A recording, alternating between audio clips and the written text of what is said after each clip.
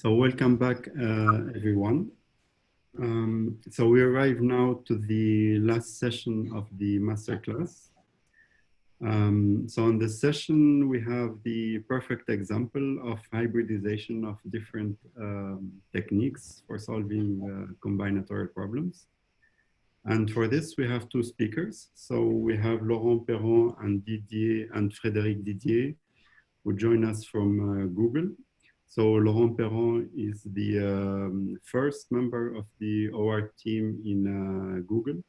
So he joined Google in 2008.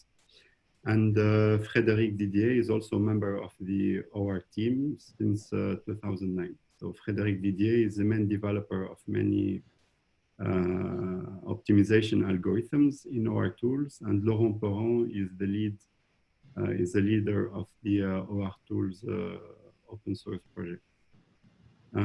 So this presentation will be mainly about the CPSAT solver of the OR tools. And for people who don't know, the solver has won many gold medals during the past Mini-Zinc challenge. Okay, thank you, Laurent and Frédéric. You can start. Okay, thank you, Mohamed. So Frédéric and I will present what's inside the CPSAT solver. First, just one word about the team. So the OR team is based in Paris and Cambridge, US. It started 12 years ago. It's currently around 30 persons. And the mission is simple, is to optimize Google. That's a quick way to say it. And we have two main activities. One, we develop tools, and this is one example. And two, we do consulting, from very light consulting to deep integration within teams. And at Google, there are other companion teams, mostly applied, and some persons with an OR background, and all around the company. So what is CPSAT? CPSAT, so first thing you need to understand is very much inspired by Chef and by everything that Peter's presented at CP 2013 in a speech called Search is Dead. And it creates the basis for what is lazy close generation CP solver. So I will just resume very, very briefly the main ideas, and then I will try to illustrate the difference between this work, CPSAT, and the work presented by Peter. So 3 parts: general architecture, some differences, and important part, which is the search, because it's actually non-usual way of doing search. And then I will pass to Fred, who will present the connection to the simplex. So how do you do CP on top of SAT? So the first thing you need to understand is that you need to drop every optimization that we used to code, and I did, on top of for a CP solver. So for any value inside a variable, you create a Boolean variable. It's a bit less extreme than that, but that's the idea. So in fact, you create two.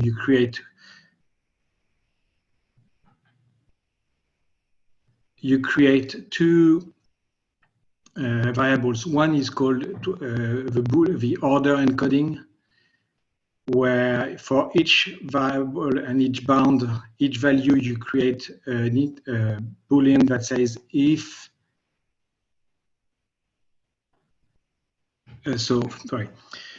If this variable is less than this value, and there's a value encoding for each value, you create a Boolean variable that indicates if the variable is assigned to this value. So these are two parallel arrays. And of course, you create a lot of constraints to link them all together. That's the basis of it. Then you do propagation. So the good news is that you can reuse most of the propagator code. The bad news is that each time you propagate something, you need to explain. So in this very trivial example, you have 3 variables, x plus y equals z. And then if you decrease the upper bound of z to 11, there's no propagation. Then if you increase the lower bound of x to 4, then you can deduce that y is less than 7. In a traditional CP solver, you would just have propagated the value, the upper bound of y to 7. Here, you need to store it to explain this. So to explain this, you need two information. One, x is greater than 4, and 2, z is less than 11. You store this, and this conjunction of two inequations implies that actually y is less than 7. So this can explode. If you have large domains, you could imagine that you create too many Boolean variables. So there's two comments there on this encoding. First, you only create integer literals, which we call x less than or greater than the bound on demand, and you can use them everywhere. This is a very light object. Attaching them to a Boolean literal, a Boolean variable, or a Boolean literal is only done when you branch upon a variable. Everything else, you just need to store the variable and the bound, and you don't create the Boolean variable. This is actually a rare event. And in conflict resolution, we explain propagation by both literals, Boolean literals, and integer literals, and you start resolution and you start rewriting this literal, and you rewrite integer literals until you go back to Boolean Boolean literals or integer literals that are already attached to Boolean literals. And the value encoding, all the x equal value, x different than value, this actually is decided at loading time and is triggered by the constraints. The intuition that we came to realize is that in most of the cases, if you need value encoding, you don't need actually integer variables. Most of the time, especially something like the all different, the inverse constraint, this kind of constraints, you are better off just treating a set of Boolean variables with a sum equal to 1 to encode the domain constraints and reason on that directly. But I come from the CP community, so I'm used to that. Now about the solve workflow, what does the solver do when he reads the model? He gets a model. First, he reads the model. Then there's a complete path to validate the model to check it's correct. Then there's a very important aspect, which is loop, pre-solve loop. So first we do pre-solve. Pre-solve is mostly domain reduction, constraint simplification, constraint rewrite.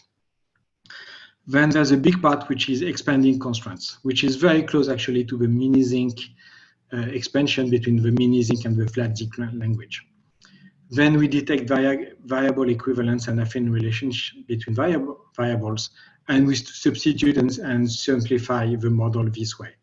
Then we do probing, which detects that some values cannot be taken, some literals must be assigned to a given value, or you can detect that some literals are implied by other literals. And if you get that into direction, then you also detect that these two literals are actually equivalent, and you can substitute one by the other. And you loop multiple times until you reach a fixed point or some criteria to stop this process. Then you load the model into the underlying SAT solver. You create the literals, the encodings, the constraint, and the linear relaxation. Then you start searching, and when you find a solution, then you pre-solve the solution back to the original model. You check that, and then you present that to the user. So one word a bit more on expansion. This is actually very verbose. If somewhere you want to have a value encoding literal, x is equal to 2, then you create a special literal and you imply two linear equations. The literal implies that x equal to 2, and the negation of the literal implies that x is not 2. In that case, 0, 1, or 3 to 5. So what do we expand? Actually, most of the CP constraints. The element constraints is fully expanded. The table constraints, positive or negative, are fully expanded. The regular, the automaton constraint is fully expanded. The inverse, the product, when one variable is Boolean, is rewritten as a set of half-verified equality. When the domain is ranging across 0, modulo is expanded to all different when the number of variables is equal to the number of values. which is in fact when it is a permutation, is expanded, and the reservoir constraint is expanded. You can read Peter's paper on that one. So what do we keep? Boolean constraints, linear constraints, and they can be alpha-ified, meaning literal imply that the constraint is enforced, also. Min and max, product, division, all diff when it is not a permutation. This is still up in the air. The circuit constraints, which does not take integer variables, I'll show you later, and all the scheduling constraints. So let's resume. You keep Boolean constraints, linear constraints, some arithmetic constraints that you don't care. I mean, less important, min max is important, but this is quite simple. Circuit constraint and scheduling. That's what you keep. Note on expansion. All diff is the only constraints with a potential domain-based propagator. Go back to Jean-Charles Régin article is 94. Circuit, traditionally in CP community, circuit takes a set of next variables that indicate for each node which one is the next. We remove integer variables completely. We just have a set of arcs, and each arc is attached to a given literal. When the literal is true, then the arc is part of the circuit. So all scheduling propagators are based on bounds. And so ideally, after pre-solve, value encoding is purely already present in the model. It has been pre-solved added, and you don't need any more to reason on the domain. You reason on Boolean literals. You don't reason on some view of the domain of a variable. Default search. The default search is a standard SAT search, which is activity-based, VSIDS. And when it reaches a fixed point, then you ask the search heuristics for a branching decision. And usually it will be you take an integer variable, you take a value, and you branch up or down on this one. At this time, you create the integer literal and you attach it to one new Boolean variable. How does a multi-threaded search? It works very well. So it's just a portfolio with different quite orthogonal set of parameters. So first one is default search. The second one is fixed search, or if you don't have a fixed search specified in the model, we use some LP branching. The third one is a pseudo-cost branching inspired by MIP solvers. The fourth one is a worker where we disable completely linearization, which can be expensive. So it can gain a lot on a big model where CP SAT propagation is enough. The fifth one is actually maximum linearization. This is the inverse. Very, very expensive, but usually, if it's not too slow, it will give some good lower bounds.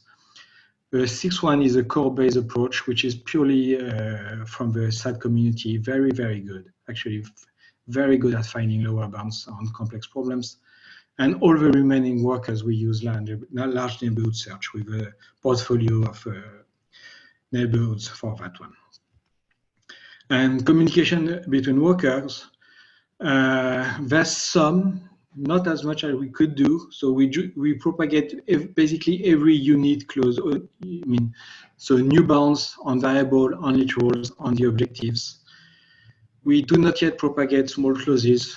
Size 2 seems feasible. It's not yet done. And there's nothing about work sharing, work stealing, propagation of works between workers. This does not happen. Are there some questions?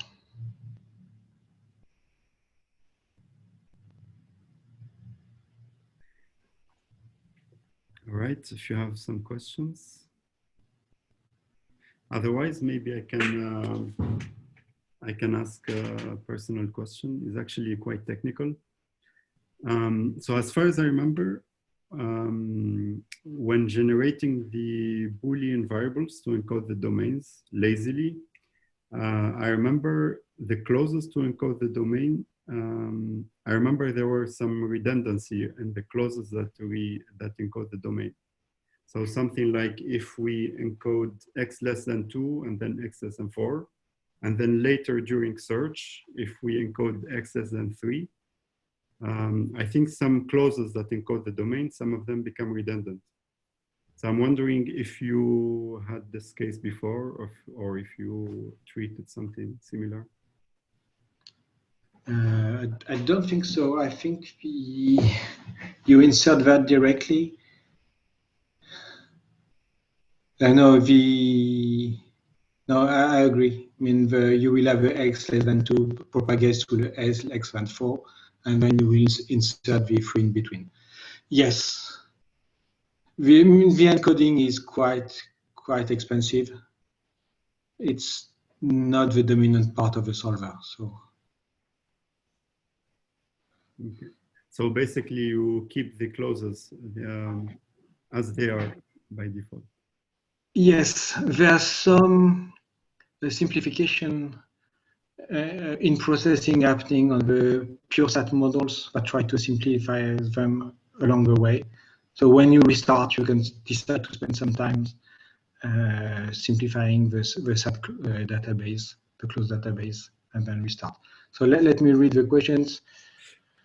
So we have a question. If literals are created, so all the literals are non-reversible.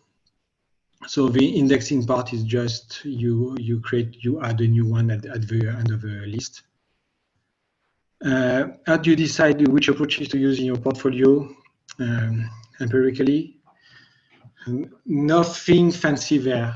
We did not run any tuning algorithm, or we should do it.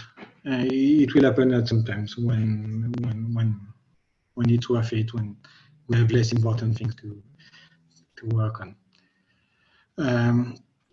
How do you could you imagine building the implication graph of SAT-solve directly in the CP solver? I don't get that one. It's. I think, yeah. So I'm here as well. I will talk later, but I think yes, you could imagine doing that. Just for historical reason, we encode everything as a Boolean and reason on that. But yeah, you could reason directly on those like integer literal x greater than some bound. It should be doable, yes, I guess. So I think it gets everything. I mean, you need to have the two kind of objects and have a code that deal with them. It just works. Not sure it's worth it. Yeah, because you have an overhead. Once you encode it as Boolean, the SAT solver is really fast. If you just handle all those integer literal directly, maybe it slows down a bit the main engine. So maybe if so let me start with Emir. As important is the underlying SAT solver. My intuition, maybe Fred will correct me, is that we spent 1/3 of the time in the SAT solver, 1/3 of the time in the simplex, and the rest in propagation. It completely depends on the type of a problem. And the SAT solver, it's mostly the conflict analysis, which is expensive. Of course, there's some purely SAT problem where just the closed database is the bottleneck. But on average, I would say 1/3 pure SAT engine, 1/3 CP, 1/3 LP.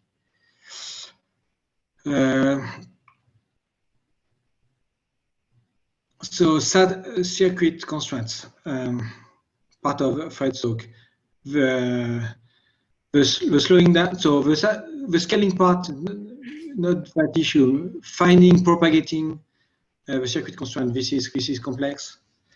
And the best you can do is to mimic Concord. And that's what you need to do. So right now, 250 variable is 250 systems is something we have with the current code using the LP relaxation and subto elimination cuts. We could go much higher, but then the set of techniques that you need to scale up, it's work. So I'm not sure this is useful because a truck does not deliver more than 30 visits a day. If you have 10 trucks, it's 300. You can still solve that. If you get more trucks or anything that needs a big TSP, it means that you can decompose. So is it worth spending the time just scaling the algorithm for the effort? Because it's a very big effort. Yeah, and also, I mean, we can scale up to 250 cities if the graph is dense. So if you have all the possible pairs of cities, as literals, but if your graph is sparse, we can scale more than that. And when the problem become more complex, then usually you need to know which arc was taken exactly. So it's like you still have, I mean, you can, like Laurent was saying, if you just solve TSP, you can do stuff like Concord, which is sparser, and kind of, and don't go quadratic, but otherwise it's like, for many models, you don't really have a choice. Factor expand permutation. So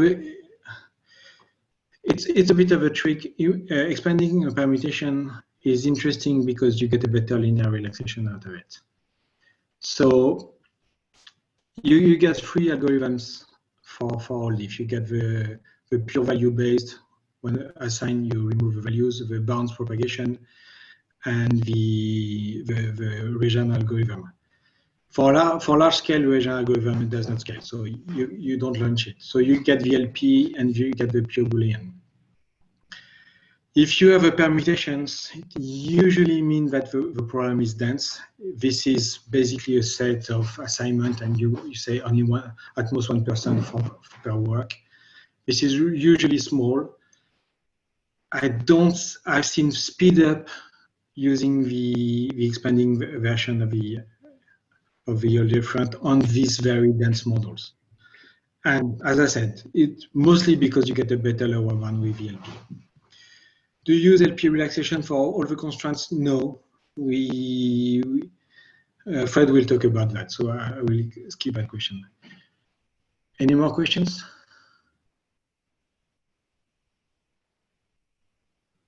Okay.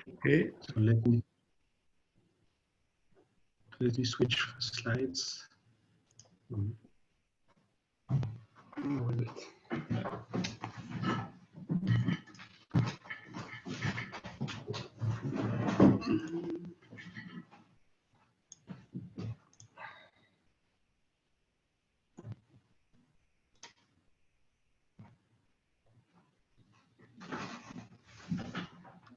Okay, so we'll do the second half of the presentation.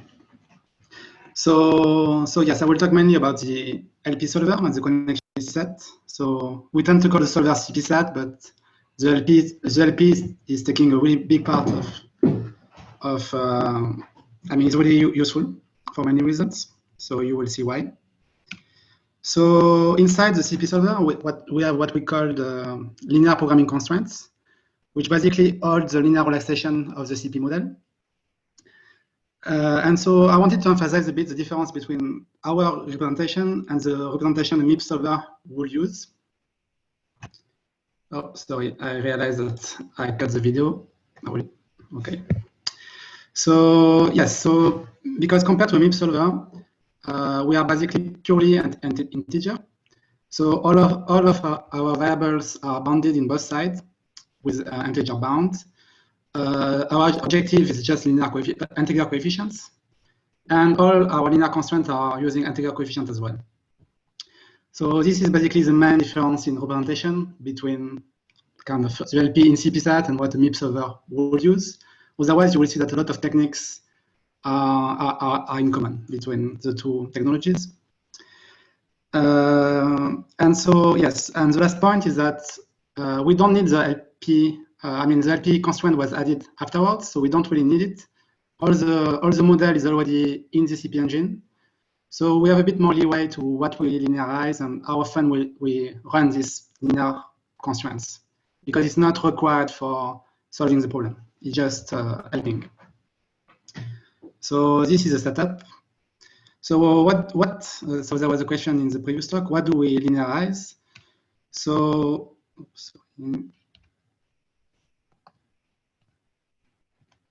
okay, so yes, what do we linearize? So we have a parameter in our set of parameters that control how much linearization level there is. So at level 0, we don't use an LP at all. The default is level 1, where we basically only linearize linear constraints that were present in the original model. So it's kind of lightweight. And so this is by default. When we go to linearization level 2, then we start to linearize a lot more. And 3 is mainly for our experiment. Usually we don't really run in production with level 2. Level 3, sorry, yes. And so at level 2, what do we do? So linear constraints are linearized, then we encode all the Boolean constraints. So we don't do that at level 1 because usually there's a lot of them. So all the Alfreify linear constraints, we encode them using big M. One really important one is the link between the Boolean we created, like Laurent was saying, for an integer equal a value. So if the encoding is full, the full domain is encoded, then it can be linearized as the integer is equal to the sum of the Boolean corresponding to the encoding times the value. So this one is quite important. And so we encode a lot of static constraints like this, but we also have more dynamic linear relaxation. So for the AdMost one and the application graph, right now we have mostly static, but we also add cuts for those constraints. For the circuit constraints, we dynamically eliminate Sato, like the classical Sato elimination cuts. For product, we use some the classic McCormick relaxation. And we'll see a bit later for scheduling, we have some basic dynamic relaxation as well. So those are handled like cuts. Once you have the solution of the LP, you do the separation and you generate those cuts, which are constraint specific. So this is what is inside the pool of constraints that we can use for the LP. So when do we run the LP solver now? So we try to run it at every node, but there is a lot of heuristics that go into it, so it doesn't take too much time. So first of all, it runs with the lowest priority. So we wait for all the other propagators inside the CP engine to run before running the LP. And we also run it only for a short number of simplex iterations. And we rely a lot on the incrementality of the dual simplex. So basically, if in one node we cannot solve it to optimality, we will just wait for the next decision and then resume the search, the LP from where it were, and go on like this. Also, we start actually we don't do like in MIP solver where there is a big at the root node there is a big LP solve. We basically start with an empty LP and add constraints in batches, small by small. So in a sense, the normal CP search and the LP is a bit interleaved. And so we add it because on a lot of problems, the CP is really fast to find a good solution. So we don't want to spend too much time on the LP. But as the search go on, we want the LP to have more and more a bigger part of the linearization inside. And we also remove some constraints after a while if they are not used in the LP anymore. And mainly at what I call level zeros, basically at the root node, we also generate cuts a bit like a MIP solver will do. So it's exactly the same, except that because we use a SAT search, we have a lot of restarts, so we go back to level 0 quite often. So this is how. So there's a lot of heuristics, and we don't tune it as much as we could, but this is basically how we run the LP constraints. So how do we use it? So there is basically two main parts. The first one is doing bound propagation. So I will mainly talk about this in this talk. So if the LP is infeasible, we can generate a conflict for the SAT engine. We can propagate the objective lower bound with basically the LP lower bound. And doing what is called reduce cost fixing in the MIP community, we can reduce the variable bounds as well. But we also use the LP in some heuristics. So for branching, deciding which integer variable to choose to branch on next and which value to take. And in some large number research that we generate, we use the LP. We use optimal LP values to help the neighborhood generation as well. So I will not talk about this part so much. I will really focus on the how do we propagate using the LP constraints. And in particular, I wanted to emphasize the fact that our propagation is an exact propagation, which might be surprising because the LP solver we use is inexact. And there was talk today about like the numerical instabilities that can happen. So we run the LP and those numerical instabilities are still there, but we don't use the solution of the LP directly. We basically use it as an int. And then we recompute, when we compute the explanation, we do everything and the propagation. We do everything using only int64 arithmetic. And we are exact there. So there is no epsilon involved once we are on the CPSAT part, and we don't cut any feasible solution ever. So compared to a MIP solver, I think this approach simplifies the code a lot because there is no tolerances on the MIP side of the solver. I mean on the LP parts of CPSAT. And so in order to be able to do that, the first ingredient is that everything is all our model is initially integer. So like I was saying, this is like a precondition we have in the CP engine. We don't want to have floating point number inside. So everything is integer. So this is the main component of this, and all the MIP-like cut we generate are also done exactly and with pure and with only integer coefficient as well. So the second ingredient to this is how do we combine linear constraints, because most of the explanation and even the cut use this basic operation. So given a set of kind of floating point constraint multiplier, we want to take a linear combination of the constraints using those multiplier. What we basically do is just scale them to integer with a scaling factor as large as possible. And because those constraints are integer, we just take the compute the new constraints, which is the sum of the one from the LP exactly. And so when we do that, of course, we have to be careful about overflow, but it is manageable.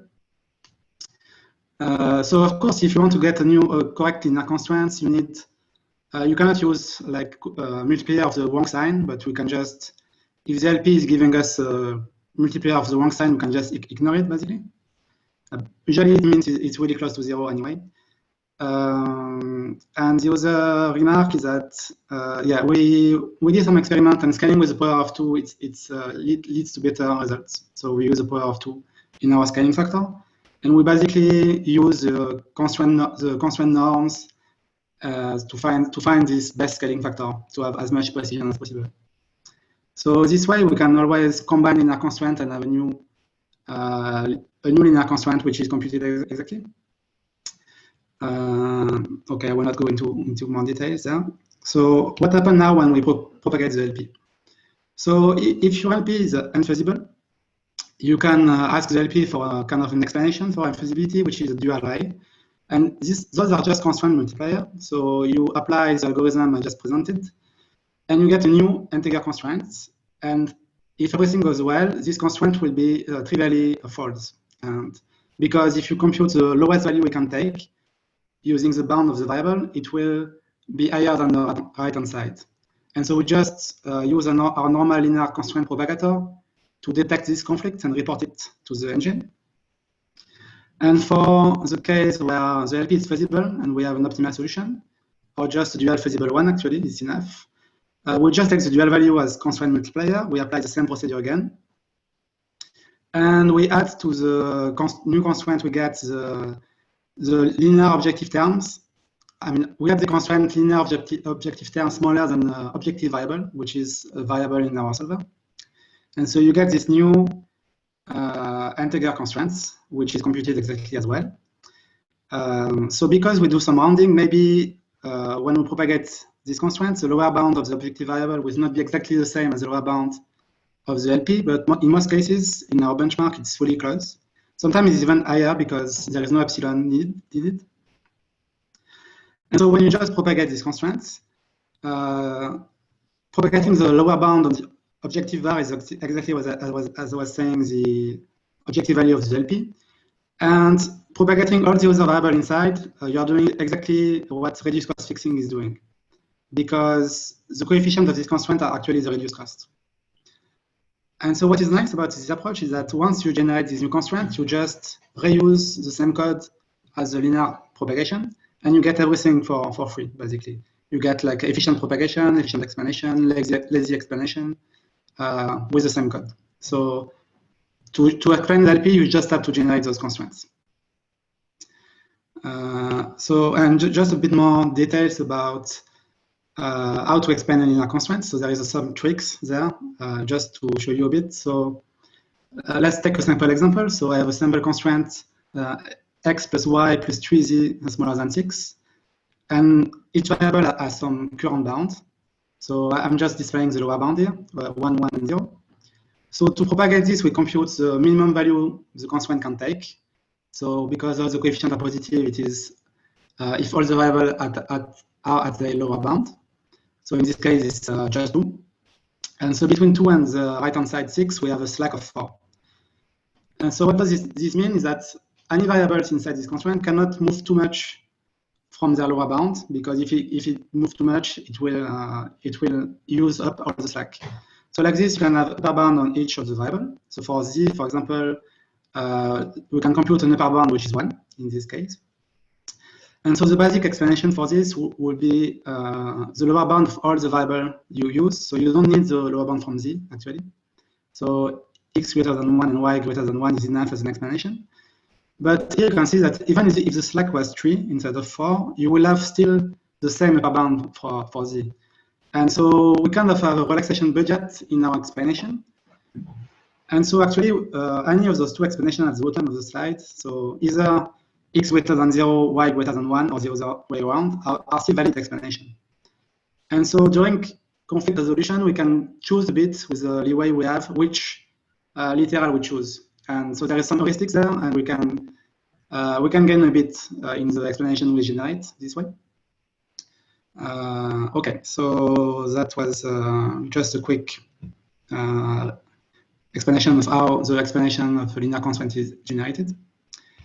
Okay, finally, a small slide about the MIP cut. So it's something we added a bit more recently, like in last year or so. And so most of the generic MIP cut are computed in the same way. First, you aggregate constraints from the LP. And so for this, we use the same algorithm as before, with the scaling to integer and doing the computation like this. So for example, for the Schwarzschild-Montgomery cuts, the multiplier, you get them by inverting a unit vector by the basis of the matrix, the basis of the current LP solution. For the mere kind of heuristics, you just combine a small number of constraints with some heuristics, and this we just do in the integer domain. For the half cuts, it's again an heuristic to combine constraints, and the heuristic is done modulo 2, and then you find some multiplier, and you add the constraints together. So once a new base constraint is created, so usually we only combine rows that are tight under the current LP relaxation. So this way you get a new linear constraint which is tight as well under the current LP, and then you apply some classic cut technique to try to have a cut. So like integer rounding heuristics, basically you do integer division more or less, and you get violated cut this way.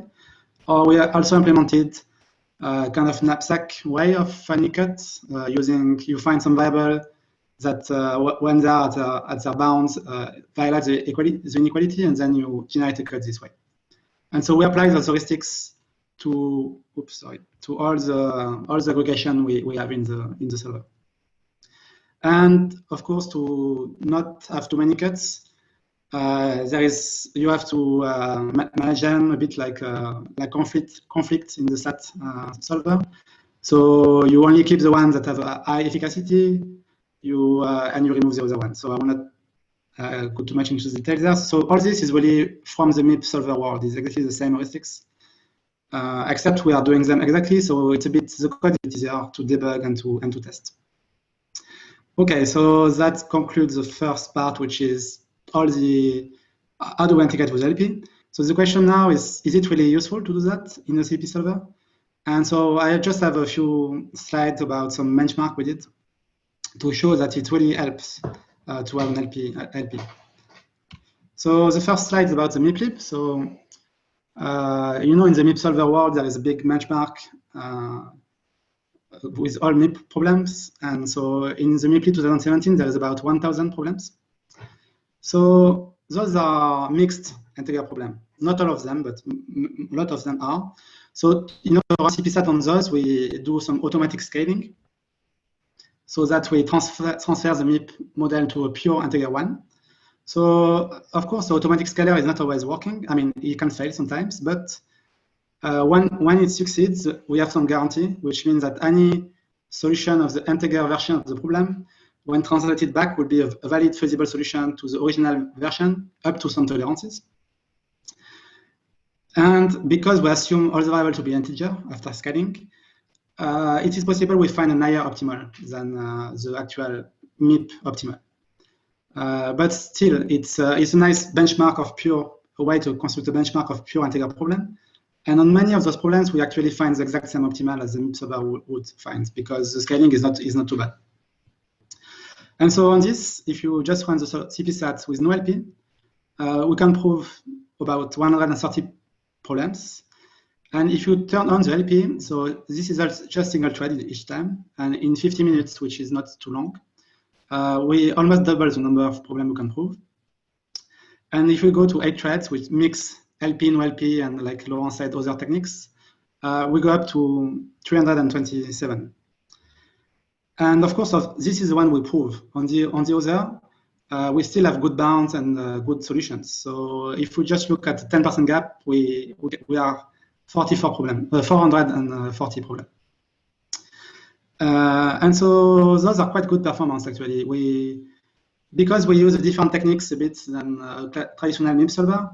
On some problem we are really competitive. We close some open instances and we improve the optimal of some open instances as well. I mean the best solution so far found so far.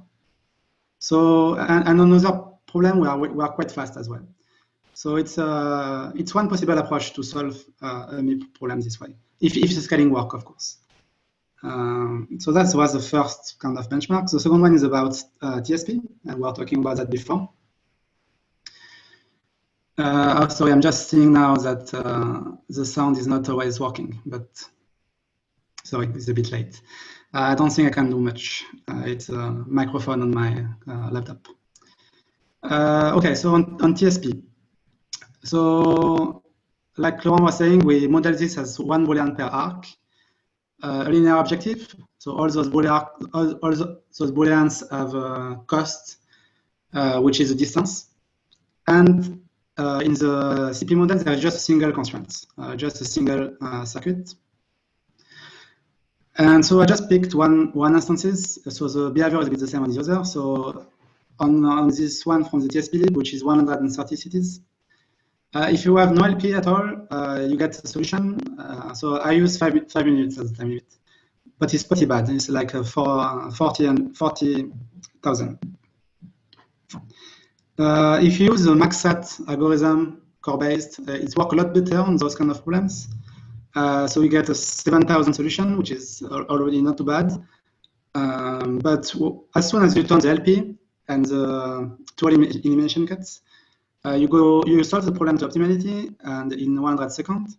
And if on top of that you use the generic MIP cuts we have, which will combine those two elimination constraints, then you solve the problem in 13 seconds.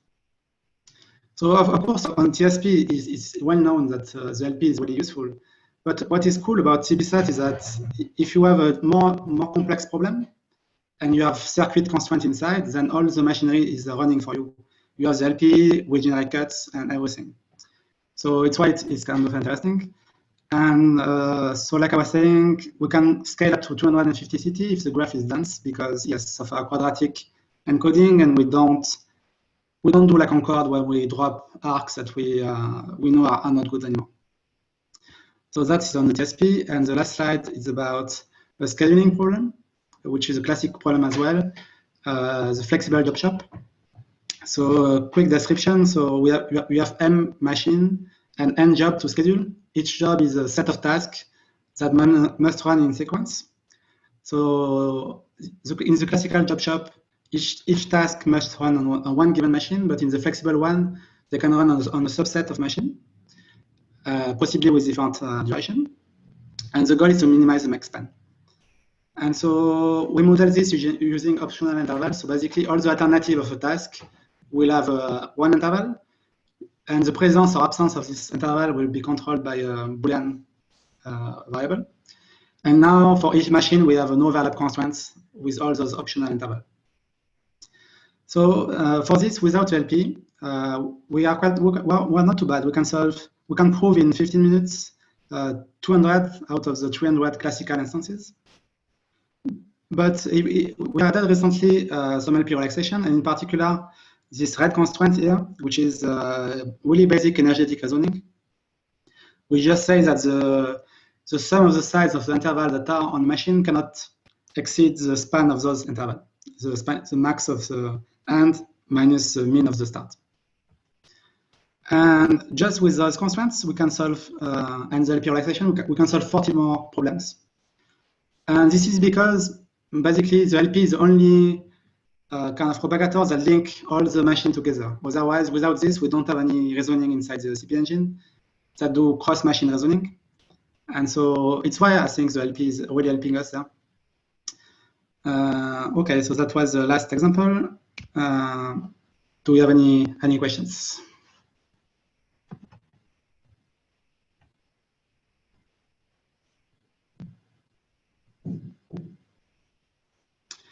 So how do I avoid numerical problem in the linear propagator? So I don't avoid them completely. So sometimes the LP you solve, it can have bad numerical behavior, or it can have bad values. But what I do is I always, because when we scale join together, we compute exactly. It is possible the constraint we get will not propagate anything in the really bad case, but we just drop. I mean, we just not use it in this case. And in most of the cases, the LP is well behaved, and then the scaling work well, and then the explanation propagates some stuff. So it's, I mean, I don't avoid them, but they are handled correctly by the engine.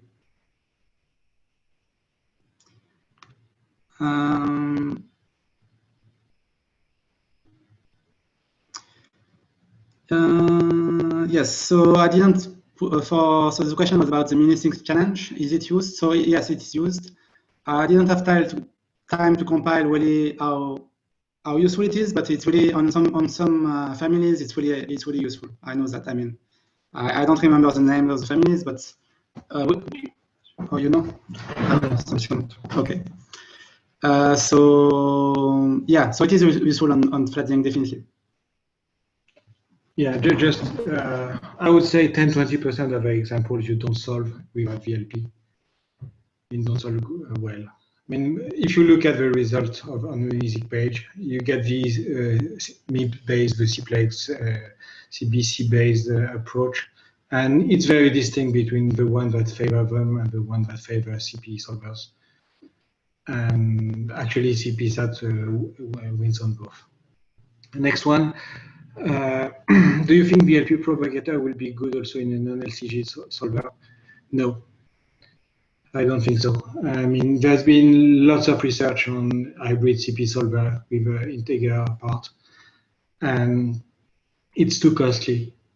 The fact that it works in a LCG part is really because of the conflict, the good learning and the conflict resolution, where one propagation that from VLP was very expensive to compute, but is very useful in search. If you remove that learning part, that exponential gain from the closed learning, you just slow down everything, and you will. I mean, some example you will win, but it will be very, very hard to turn it on by default on the CP solver. So no. We didn't try on instances. I mean, we could, but we already have a lot of benchmark to try it on, so we didn't do that. So we have our own LP solver that actually Frédéric wrote most of it. Yes, so because we use Glob, which is our linear solver internally, we only connected to it. But I mean, the interface to connect to the solver is not that big, so you could imagine connecting to a different LP. So after integrating LP and LNS, what is the best way to improve a solver? Actually, both. I mean, LP will be really good at improving the lower bound, especially with dynamic relaxation of CP constraints and the LP part and cuts. This changes completely the behavior of the solver. But finding good solution is hard, and improving LNS, implementing pure local search, all these techniques could be very useful too. So I mean, both work are important, and both will improve the solver on the primal and on the dual part. So you need both. Right now, if you're purely looking at MIP solvers, cuts are the most important thing, MIP like problems. If you're talking about scheduling and let's say routing, some of them LNS or LS would be very, very important.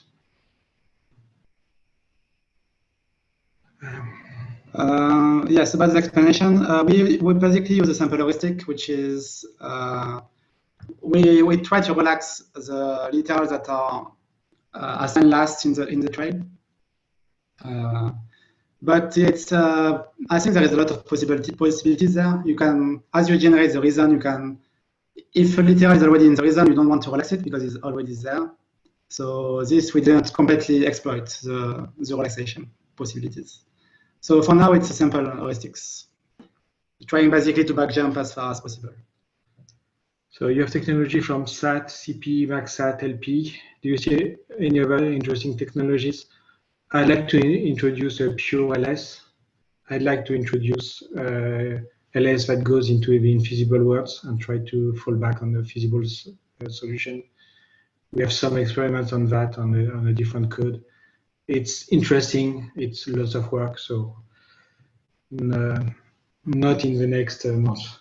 But yes, we have so much to gain already with just cuts and LNS and everything. Yeah, because we have most of the stuff implemented, but just tuning everything is take a long time.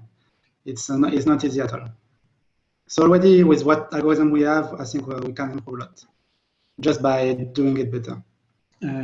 Search is non-deterministic. You can make it deterministic. There's a flag for that. It's just so much slower. Does not scale. Does not. It's not that slow. We didn't spend too much time on it. So we have some deterministic mode, but because we didn't put too much effort, it's a bit slow currently. Yes. It's possible as well to emulate the multi-thread search in a single thread because we can split in chunks, and this one is deterministic as well. But the default version is non-deterministic. Yes. In this context, closing CP propagation, is it useful? It depends. The scheduling is critical. If you don't do the edge finding, you don't solve your problems. All these algorithms are really useful, especially on disjunctive. Yeah, the examples of TSP shows you that if you don't do the ELP sub2 and the ELP relaxation, you don't solve it. So important. There's some propagation you really need, and you can pay the cost because the gain. The return on the cost will be very good. What has proven the expansion is that we don't need an element constraints. We don't need a table constraints. There's no slowdown by expanding. Even if you create millions of clauses, it's still there's no slowdown. So lots of CP constraint, the pure integer one, we're actually removing them from the code. As I said before, the last one is the old if. And maybe it will go away and we just get the expansion, or maybe some encodings. If you have lots of values and only 3 variables, you don't do the expansion on values, of course. Some heuristic there. Maybe we'll keep it. Maybe we only keep the one on bounds. It's open. Yeah, and also on this topic, so we expand a lot of stuff, but sometimes you want to recover the structure somehow. So it's good to expand because you get pre-solve and you get fast explanation and everything. But in some case, for the element, for example, we expand it, but we do some. We know that for a variable is we auto detect afterwards that the variable is equal to one of the subset of variables from the encoded version, and then we propagate this a bit. So it's yeah. Expanding is fast until you get. In the mini-zinc you get the crossword problems where extremely huge element constraints. So there, yes, it takes tens of seconds to expand, but usually it's fast. So I created our tools first year, second year when I was at Google. It was to collaborate with academia. So it was very early. I wanted to have an open source version, and Google said yes, so that was good news. For the good sharing, yes, maybe. The small one, I don't think there's good experiments with size more than 2 on sharing. If you have a lot of threads, a lot of workers, there are a lot of things you can do. You can do more probing, you can do more closed simplification, you can do more expensive cuts. You can dedicate workers to do something else. LNS is interesting. There's so much you can do on the fragment generation. Right now, the techniques are a bit naive. Some half of them look at, you have basically 3. One look at the constraint graph, one look at time windows of the scheduling part, and one look at the LP relaxation rinse like. Very large domain. We don't, if you create holes, we don't fully encode. Yeah, I'm sure you can find some problem where we don't handle well, but in practice, because we only create literals when we branch on them, we don't create that many. Because as you start to have quite a few, then the explanations start to, you kind of start to cut the search space. But yes, of course, you can find bad problems. It's, yeah. Do you think it will make obsolete all solvers? So it's, MIP solvers are already hybrid. Yeah, MIP solvers are basically doing most of what we're doing. It's the emphasis is a bit different, but they do propagation, they detect like more global constraints, they do explanation and conflict learning as well a bit. So it's really, the technology are really close. SAT solvers are completely portfolios of algorithms with learning. They are specialized to SAT problems. So CPSAT is not the top of the world of a SAT solver. It's not our goal. We want to solve more structured problem. We would like to improve it. It's not bad, but it's not you would not have won the SAT competition. So compared to MIP, it's not the same emphasis. Compared to CP, it depends. If you talk about numerical computation and some very specialized CP solvers, we won't go into that territory. So it will make obsolete. If you're talking purely integer CP, yes, I think it's already made them obsolete. You can discuss that if you say it's not true, but the Minizing challenge shows that it's much better than traditional CP. And I wrote a CP solver, so I know exactly the difference. Unless you can build pathological cases where CP problem will be better. You can have better usage where you have a very detailed and complex search heuristics where actually you encode part of a model during the search. Okay, but on practical problem, the result is clear. So for the MIP, so it depends more on the problem family than on the. So most of the problem in the MIP are actually pure integer problem. So when this is the case, when you scale to integer, you don't lose much. You just basically take care of the tolerance during scaling, and then you have a pure integer problem afterwards. So we don't lose much there. And then it depends on the solver. Sometimes our approach works best. Sometimes, often the top MIP solver works best. And there's actually the goal of scaling for CPSAT is to expand, not to lose precision. The goal of scaling for a MIP solver is to go back to close to a norm of 1, such that you reduces the numerical instabilities. Yeah, but when we talk from the CP to the LP, we redo another scaling to talk to the LP.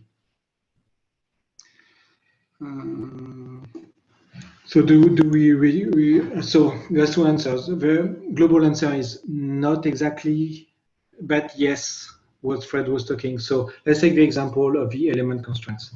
You have an index variables, a set of values, an array of values, and you say that the variable is equal to the value pointing by the value of the index. So you fully expand the index variable. So you get index equal 1, index equal 2, also is Boolean. And each Boolean implies that the variable is equal to the attached value. Now, the important propagation in the element constraint is the support part. If all the index literals pointing to the same value are false, then you can remove that value from the domain of the target. That's the important propagation on the element integer value element constraints. This one we do create that directly when we expand, but you can recover those by looking at the model. So you can discover that there's a set of literals that are within a bool OR. So at least one of them must be true. They all point to the same variable. So if all point to the same variable equal some value, then you can collect this value. You can reduce the domain of the variables to the one visible, reachable by the values, and then you can do the support propagation. Relearn that from the model. Yeah, by the way, I think MIP solver are doing some kind of similar stuff as well. So sometimes encoding is good because you get a single representation, but you want to, you can recover structure a bit.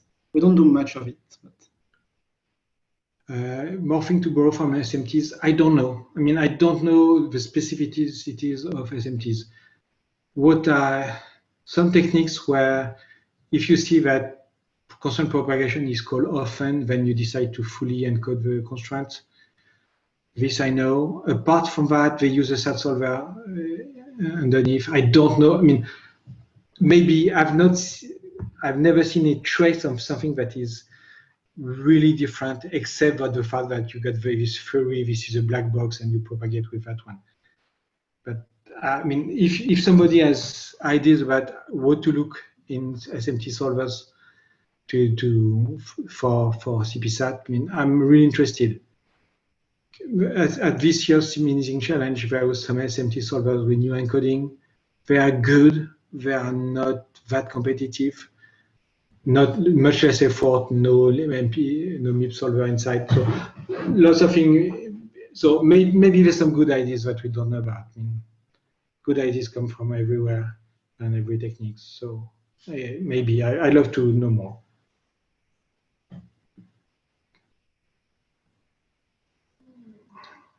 Okay. Okay. So if there are no more questions, I think we can thank the speakers for the talk. Thank you. Thank you.